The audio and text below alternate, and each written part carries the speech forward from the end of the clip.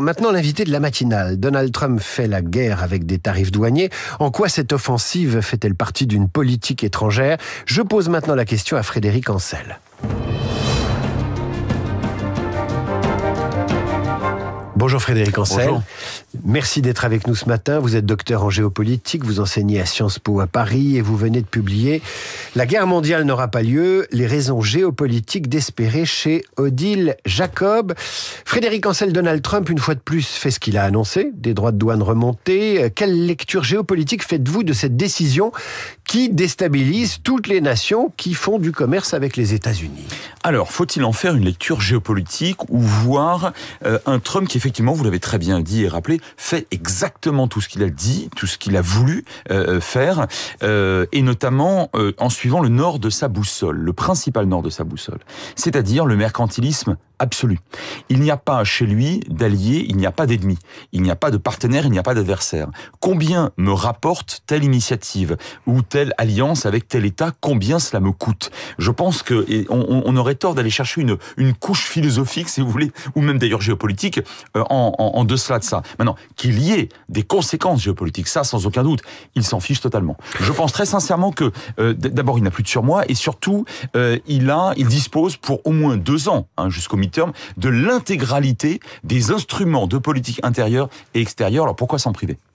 Trump a différencié les hausses de tarifs douaniers selon les pays. Comment vous analysez ces traitements différenciés? Est-ce qu'ils correspondent à des affinités politiques? Correspondent-ils à des logiques économiques ou à des rapprochements en train de se faire?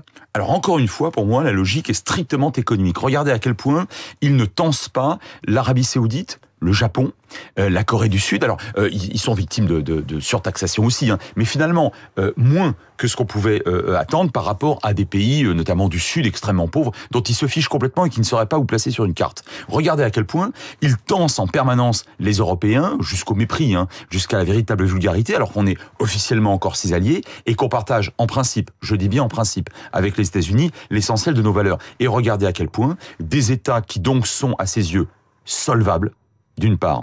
D'autre part, qui ont la volonté d'acheter et d'investir encore par centaines de milliards de dollars par décennie aux États-Unis, eux ne sont pas stigmatisés, dont les États que je viens de citer.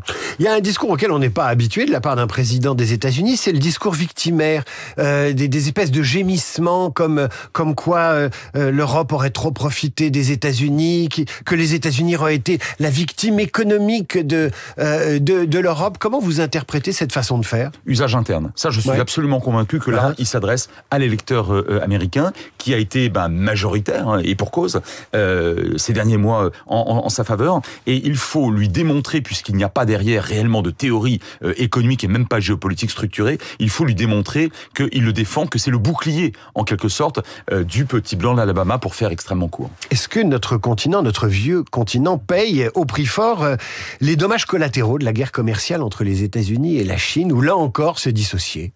Alors moi, je pense qu'on paye surtout le fait de n'avoir pas été suffisamment loin, nous autres Européens, pas tant d'ailleurs dans le domaine économique où on a globalement, par rapport au traité de Rome de 57, plutôt respecté le cahier des charges de Schuman et de Monnet et des autres, mais surtout sur le plan politique. Aujourd'hui, si on n'est pas suffisamment unis et si on ne dispose pas d'une volonté suffisamment forte de tenir la dragée haute aux Américains, évidemment, on n'y arrive pas. Et on se retrouve entre des géants dont je pense, pour vous répondre très concrètement, qu'en réalité, ils ne sont pas liés ou alliés sur le plan économique. Au contraire, vous avez parlé de guerre économique. Regardez à quel point les États-Unis, de Donald Trump, mais pas seulement d'ailleurs, on peut remonter à au moins 3 autres présidents, 3 de ses prédécesseurs, souhaitent, avec la Chine, maintenir un rapport de force extrêmement fort. Je pense que l'Europe, là-dedans, risque de devenir un fétu de paille ballotté par l'histoire si on ne se renforce pas et si on ne fait pas l'Europe puissance. Frédéric Ancel, Pascal Lamy était l'ancien directeur général de l'Organisation mondiale du commerce, était l'invité de 7h15. Il a dit les droits de douane ont tellement décontenancé un certain nombre de pays en Asie que ils ont fini par provoquer quelques rapprochements entre la Chine communiste, le Japon habituel partenaire des États-Unis et la Corée du Sud. Trump réussirait à liguer contre lui des pays asiatiques qui ont des couleurs politiques totalement opposées. Alors attention, sur le plan économique et commercial, c'est possible. Sur le plan politique politico-militaire, je ne le crois pas. Je pense qu'il faut systématiquement bien dissocier le registre économique de la puissance et le registre politique, c'est-à-dire stratégique et militaire aussi, de la puissance. Et de ce point de vue-là, notez que ces dernières années, y compris d'ailleurs ces dernières semaines, des pays comme le Vietnam, donc a priori, communiste évidemment, et a priori très proche de la Chine, s'en méfie tellement qu'en dépit de cette espèce de châtiment collectif, eh bien, on a affaire à un gouvernement vietnamien qui est en train de continuer à se rapprocher de Washington, parce que c'est son assurance vie. Regardez à quel point le Japon et la Corée du Sud, et même les Philippines, sont aujourd'hui, et en dépit, ces derniers jours, ces dernières heures, en dépit de ce châtiment collectif, comme j'aime bien l'appeler, maintiennent des relations politique et militaire extrêmement importante avec Washington. Je pense qu'il faut toujours dissocier les deux. D'ailleurs, les Chinois ne s'y trompent pas, parce qu'à la tête du groupe de Shanghai, ils ne dirigent pas une coalition militaire et ils le savent très bien. Trump fait ce qu'il dit, mais parfois il n'y arrive pas. La paix avec l'Ukraine en 24 heures, ça n'est pas vraiment ça. Est-ce qu'on s'achemine, du point de vue de l'initiative américaine de paix en Ukraine, vers un fiasco? Alors moi, je crois pas au fiasco. Je pense que ça prendra du temps, mais et un temps d'ailleurs imposé par Poutine, parce qu'on ne lui dicte rien, et de toute façon, sa population, son bien-être, les soldats qui meurent au front, ils s'en fichent absolument. Là, je parle toujours de Poutine, mais je pense qu'on y parviendra. D'abord parce que la pression politique américaine est quand même très forte. Ensuite, parce que Poutine a reçu quand même énormément. Et enfin, parce que M. Zelensky est quand même soutenu toujours, et heureusement à mon sens, par les Européens. Donc on finira par y arriver, mais pas aussi vite que ce que Trump avait voulu et annoncé. Pourquoi ? Parce que il considère que M. Poutine va penser comme lui, c'est-à-dire économique. Mais non, M. Poutine y pense idéologique. Ça ne veut pas dire qu'un idéologue ne fait pas aussi un peu d'économie. Ça veut dire que sa variable de prise de décision principale, c'est l'idéologie, en l'occurrence un impérium russe à recréer. Alors que M. Trump, lui, est très strictement, je le rappelle et j'insiste là-dessus, dans le registre économique. Le Premier ministre israélien est à Washington aujourd'hui pour négocier justement et essayer de limiter la casse de cette hausse des tarifs douaniers qui a touché aussi Israël. Ce qui montre, et vous l'avez dit, une sorte de découplage entre les proximités idéologiques, politiques, géopolitiques et l'économie. Alors ça va se faire sur fond de conflit à Gaza. Quels peuvent être les termes de la discussion entre ces deux-là ? Alors, Netanyahou va demander à Trump comment il compte s'y prendre avec sa fameuse Riviera. Parce que Trump a annoncé ça à plusieurs reprises, dont il chasse allègrement 2 millions de Palestiniens, ce qui est parfaitement immoral, et surtout, il met à la place un super camp de vacances géant. Mais comment ? Il est dans l'injonction contradictoire. Pourquoi ? Parce que Trump, et on l'a bien vu lors de son dernier magistère, il n'enverra pas de soldats américains sur un théâtre d'opération. Il ne le fera pas. Il envoie des bateaux et des avions ici ou là, notamment face à l'Iran. Pas de soldats. Donc comment faire pour prendre Gaza, sinon peut-être avec des promoteurs immobiliers, des glaciers et des plagistes. Non, franchement, c'est pas sérieux. Et le problème de Netanyahou aujourd'hui, c'est qu'il doit convaincre sa population, lui qui est très gêné par toute une série de procès, qu'il continue à faire la guerre pour de bonnes raisons et qu'il est soutenu mordicus par les Américains. Oui, mais sur ce plan-là, Trump est dans une injonction contradictoire.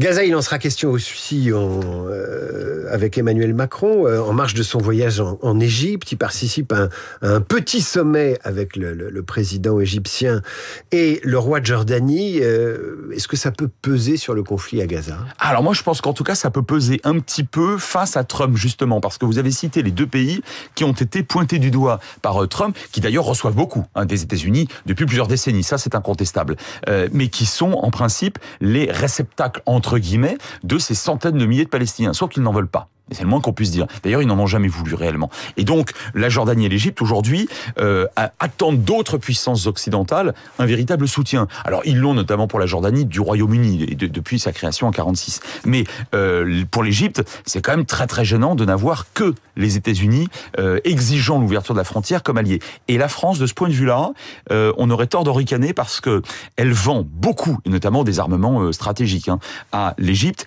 et elle se trouve en Jordanie, puisque puisque nous disposons d'une base aérienne tout à fait importante. Donc si vous voulez, on va pas révolutionner les choses avec ce sommet, mais la France se place loin derrière peut-être, mais quand même juste derrière les États-Unis comme puissance influente dans la région. Hier soir, j'ai lu dans la newsletter éditée par Dov Zera, ancien patron de l'Agence française de développement, que Donald Trump jouait au poker, que Poutine jouait aux échecs et que Xi Jinping jouait au jeu de Go.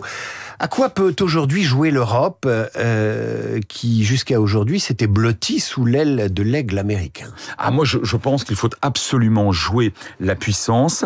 Il faut jouer... Alors, je ne sais pas à quel jeu, pour le coup, là, je ne filerai pas une métaphore particulière. Le Scrabble, peut-être le Scrabble. Oui, mais ça ne suffira pas, parce que ça, c'est pour les intellectuels dans les salons parisiens. C'est très bien, mais ça ne suffit pas face dans le monde contemporain d'aujourd'hui. Il faut aller vers l'Europe puissance. Et je le dis d'un mot, pour l'instant, sur étagère, on n'a qu'un seul tandem, un seul moteur, un seul fer de lance de cette Europe, du commencement de cette Europe puissance, c'est le tandem franco-britannique. La guerre mondiale n'aura pas lieu, les raisons géopolitiques d'espérer, vous en trouvez des raisons géopolitiques d'espérer sans aller jusqu'à se préoccuper de guerre mondiale.